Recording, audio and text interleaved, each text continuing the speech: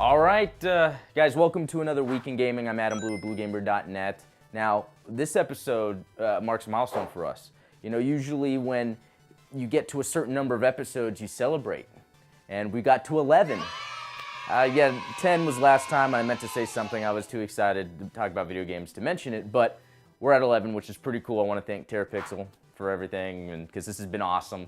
The more we do, the just cooler it is, the more comfortable I am. I'm not as nervous. I tend to smile more, so it's been fun like that. But not much has been going on this week. I think after last week with the Xbox One, I mean, what else is exciting? I mean, if anything, the internet's just been filled with people raging about the Xbox One, about the no used games, the DRM, the always online, whatever it may be, and most journalists, most industry experts are on the side of the consumer, saying, you know, it kind of sucks that it has to be that way. That Microsoft, you know, even if this is true, because remember, this isn't final.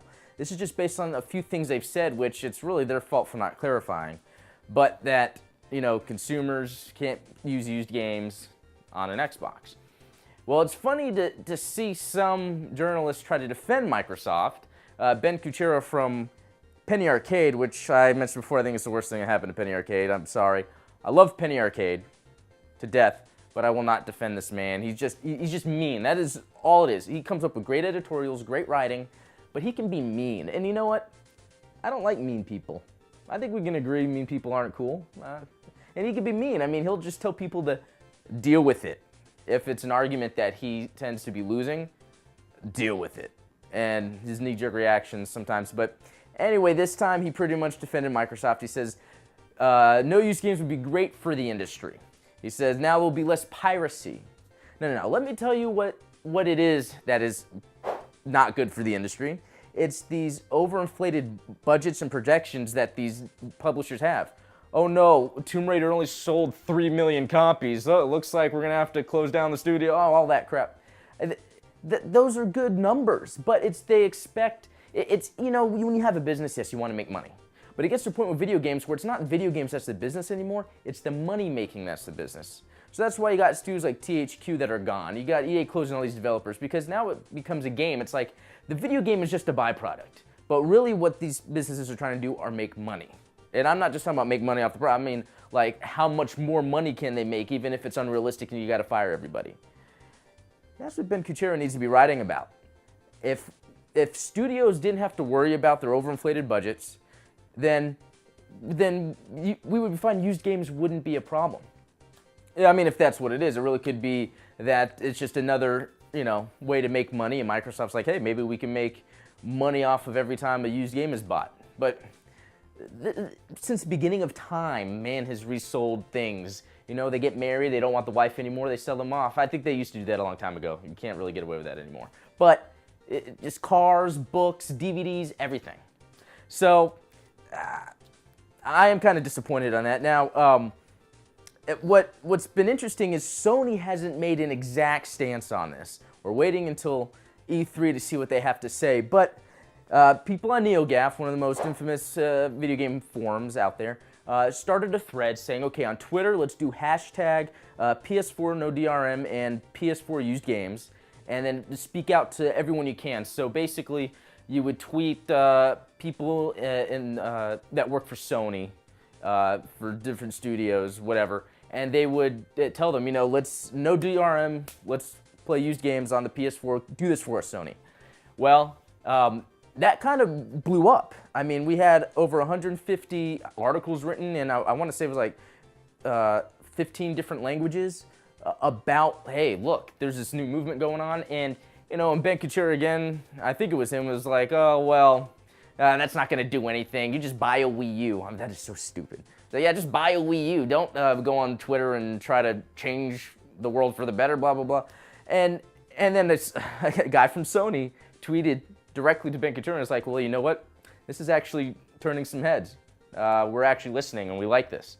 So it's that anti-consumer stance that unfortunately Ben Kuchera has. I mean, because I love Penny Arcade, but this guy, in my opinion, they should take Stephen Totillo from Kotaku, which I love. He's great.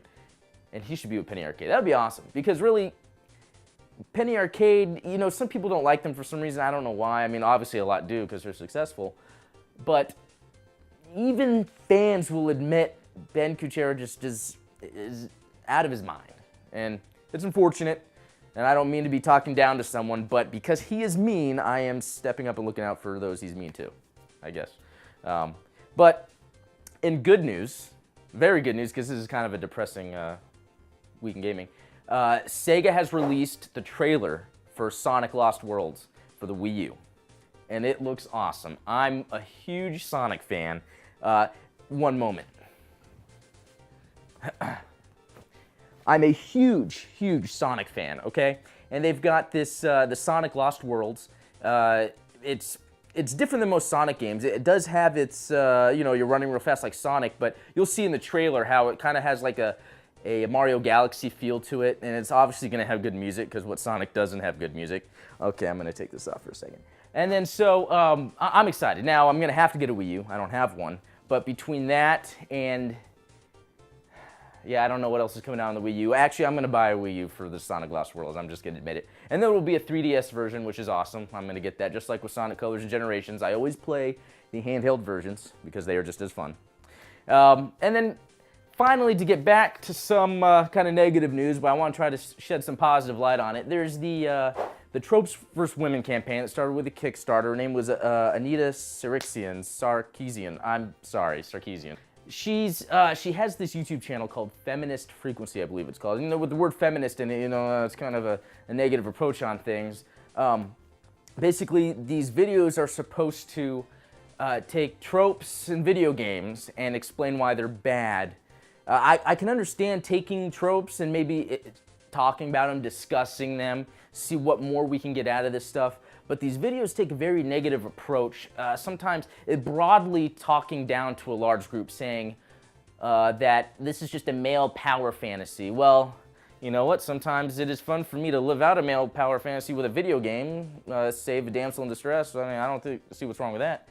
Or talking down to writers, saying writers have nothing better to do, they're lazy. Well, sometimes when making a video game, in order to move the gameplay forward, you might throw in a simple premise, a story that's not, you know, with not much put into it. Now, she's got the right idea, but I wish she would take the approach of, here are some games that are doing it right. This is awesome. Let's see some more games do this. Instead, it's like, let's look at Ico, Mario. Look at how stupid these games are for doing this. What do the writers think? I mean, it's all negative, negative, negative. And yeah, with the YouTube channel Feminist Frequency, I mean, I guess you're kind of asking for it, but this got so much money from Kickstarter. Over 100 grand, I think, was made from this for her to make these videos about tropes versus women in video gaming.